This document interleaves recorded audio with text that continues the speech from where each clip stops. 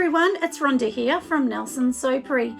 Today I thought I'd take you along while I'm making some candles, and the reason I'm making these candles is, to be really honest with you, they've been sitting on my shelf for quite some time after I did the first part of them, and I thought, you know what, let's come out and make them. I was almost going to make soap, but I do have other ones on the curing rack, so I just need to wait a few more days for those ones so I can move them, and then I'll go on to the next space. But anyway, today is going to be about my Halloween candle. I had this really kind of crazy dream about making a candle that looked like a witch's stockings in like little sort of different, really thin kind of stripes like a little witch would have. But anyway, I thought before I even get into that, I need to actually test a few things. So I thought you guys might be interested to come along. So what I've got here is I do have my jars, and yes, you can see, if you see them super close, you can see that I have already done a little bit of a feature in them, and so I'll show you on the inside. And so all this is it's just like how I've done the hundreds and thousands, and what I've done is use a Mod Podge and painted the outside of this, or sorry, the inside. Then I put some glitter on the inside, shake the glitter all around to make sure it sticks, and then of course I've wiped it out because you don't want any residue. But I thought, I'm not sure how this is going to go with the wooden wick, because sometimes wood wicks do clog up, with different things, so you do have to test quite a bit. So today I thought, look, before I even get into making my stocking ones, how about I just make one of these and we'll do a bit of a test to see how this one's going to go. So anyway, like I said, this is what we're going to do today. So down on my table down here, which, and I'll lower the camera in a minute, I do have everything I need, and I'm also going to be testing some new products that have been sent to me. So I've got some products from a company that I use called Sud Off in Australia, and what they actually do is they have like a lot of micas and pigments and things, and they're just bringing in these powdered dyes, and the powdered dyes are actually for candles. So, and they're meant to be super strong colors, so I thought, you know what, let's give this one a go and we'll see exactly how it's going to work. So anyway, I'll pop the camera down like I said, and I'll explain as I'm going along exactly what I'm doing, and I'll let you guys be the judge of what you think. Of course, I won't be able to light this candle as yet, because I do need to let it cure for at least a week before I test it. But anyway, and I have my own mix of a few things as well, so I'm going to show you, like I said, as I go along. So let's go and make something super duper fun. So I'm sitting down at the bench now, ready to do this. So of course I do have my jars here. So these ones are called my large. These are a large jar. I know they look kind of medium, but they're actually sold as a large, and they do take I think roughly about 300 grams in total weight into these, but we don't need to fill the whole thing up. Really, I want to just test the bottom. So anyway, like I said, this is what I'm going to do for now. So I already have my wood wick, which is here. This is a number 18 Pro Wick, and of course I have put the clip on the bottom. If you haven't seen me do this before, please do go out and check out my other videos on candle making as well, especially if you haven't made candles before. And so then I'm just going to use my little sticky piece, and that all there are these. So this is how I buy mine. You just pull the tab off and stick it on the bottom, and then this side sticky and the other side sticks to that, and then we are just going to put it in the middle. So you do need to make sure you've wiped off any like excess glitters and things like that on there. And then of course, before we even start to make it, we're going to put one of these on. And for those of you that don't know, this is actually a warning label. You can buy them, they're super cheap. In Australia, you need to have them on, and I'm pretty sure every country you need to have them on. So you pop them on the bottom, and when I actually wrap my products, I wrap it as well with that too. So I just make sure everything's wrapped and done. I'm just going to wipe my hands because, of course, typical me, I spilled something. So now we've done that. So I think today I'm just going to do one as a tester. So I have my fragrance oil here. I've already measured that. I've got my wax here that is cooling a little bit. I know it looks yellow because I've got the yellow spatula in it. But anyway, we'll leave that aside. And then these jars that I'm going to fix, because this is the new product that they have actually sent me, and it's really powdered like mica, but it's almost like super thin, like SLSA, for those of you that make soap and candles. So they've given me like a red, one says just red, and then the other one says violet, and then the other one says red violet. But I thought, you know, it's kind of like a witchy poo one, isn't it? So it would be good to do this blue. But to start with, I thought we probably should just put the wax in the bottom, just, you know, like a plain wax, and then we'll actually put one of these colors in, because usually to keep this pattern, you don't want purple, because then you won't be able to see much of a pattern behind it. We could put maybe a tiny bit of the lighter color. So maybe we could do that just to try it and see what we think. And like I said, this is not going to be sold. This is literally for myself. So I will actually burn this in a couple weeks. And on top of it as well, I have made these really cute little pumpkins in wax as well. For those of you that want to know, when I actually do make any embeds, I don't use your normal like 464 or whatever you're going to use, or your pure soy, because it's too soft. So I actually do use a tart wax just to do these, and then they'll sit there, or they can sit inside depending on how you want it. And I'll show you another candle I've already made, and you know, which sticks up in the air. But if you want them flat so you can put the lid on, then obviously, you know, you're only going to fill it 3/4 of the way. So let me get my other one.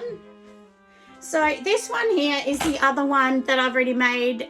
This is, you know, just like a little fruity one, but you can see they kind of stick up in the air, so you definitely wouldn't be able to put like a lid on or something. And I was just playing with that, so that's why I made those ones a little while ago. And I like to make some that are different, so you can see the sides are all crazy, and I haven't put a label on, but that one smells delish. And this one we are going to be using a beautiful creamy vanilla. And I'm also going to use a mix of some rich cream vanilla, and then I'm also going to be using, for my fragrance, this is one called Stardust, and I love it. It's so beautiful. It has like pomegranate, vanillas, you know, some warm colors, some tropical fruits. It's just such a beautiful fragrance. Out of all the fragrances I've ever used, I'm going to say that the Stardust would be my favorite.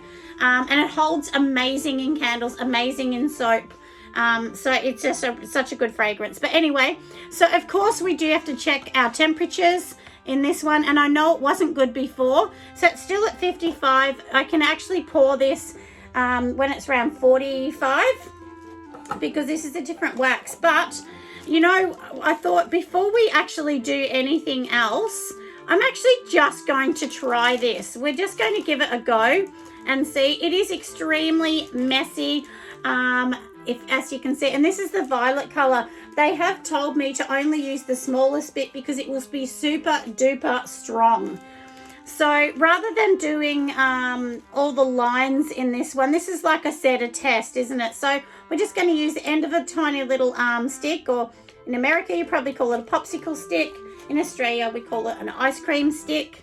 And then we're just literally going to do this and mix it around, and you can see how fast that went. And this wax isn't hot either. I mean, as I said, you know, this is a lower temperature, so this is just a bit of a play, isn't it? So, you know, look, if I was going to be doing this exactly perfect, I would be thinking a bit more of how I was going to do this, wouldn't I? So, but like I said, this one is actually for me. So I'm going to put my fragrance in because I can do that now. And look, all the waxes are different. So if you've never made candles before, have a look around. Soy wax always is a bit of a pest. They're a bit naughty, soy waxes. They never play games, right? So, but for this one, you know, you only have to stir a minute with this particular one I use from Pure Candle Supplies, and it's called 100% soy. And it's like it says, it's 100% soy. There's no additives, no coconut oil, nothing like that in there. And just, you know, slowly stir. But I don't know whether you can see how gorgeous this color is, and you will see it when we pour it in the jar. So I'm only going to, like I said, do this one here. But it's going to look so cute, and I'm really loving this color as well. So I'm sure from Sud Off, they are going to love it when I show them exactly what I've done with this. And then when I actually do make my Witchy Poo stockings, I think I will use like the violets and reds and, you know, just do little lines as I'm going along. But anyway, for now, let's just have a bit of a practice and see what we all think with this one. And let me just see if this is ready to go as well, because like I said, this is a tester, remember. It says 52 degrees, and when I say degrees, we're talking about Celsius, not Fahrenheit. So I know in the US you guys use Fahrenheit, it's a little different, but for now we're going to just stick with Australian terms just for making this. But you know, you've seen that tiniest bit I put in, and this is super strong, and I'm going to tell you the color has mixed so much easier than the wax blocks or the chips that I've used in the past, and I've used all different company ones as well. So honestly, if this works and this burns, I'm sold. I'll definitely be buying the powders, because I actually can't believe how good this was. And the thing, when you're using a lot of the wax dyes and chips, you really need the temperature of your wax here to be like a lot hotter. If it's not hot enough, it's just not going to do the job. So because it won't burn them, you know, sort of melt them good enough. So you can't have it at a low temperature, which this one, you know, 50 odd degrees is very low. That's extremely low. So but anyway, as you can see, it's come really, really well. So let me get this. So this is just a little bit of paper towel, and paper towel's always good if you kind of fold it like this, because then you can just kind of like dip the color on. So we'll just dip it on.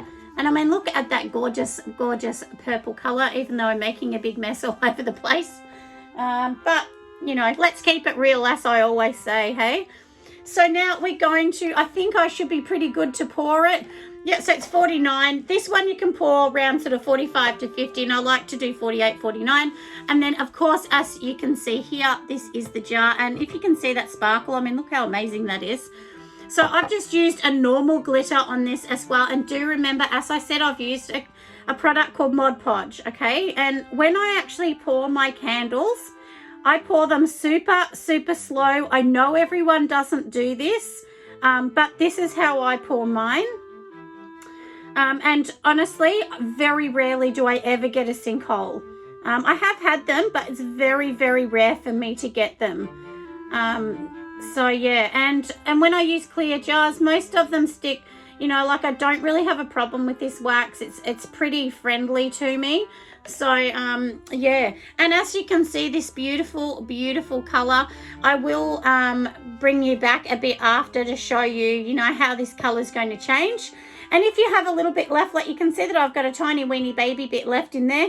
Usually what I actually do with this last bit is I'll actually just pour it in a mold, like if I have a mold that I want to use. So even like these little pumpkins, you could, you know, make purple pumpkins. I mean, they don't have to be like this particular you know, color. So you can do that if you want, or you know, you could even also use this just for, you know, your wax melts and things like that. So there's so many different things that you can actually do and use this one for. So I'm going to just go and grab a silicone mold, and I'll show you how I do mine.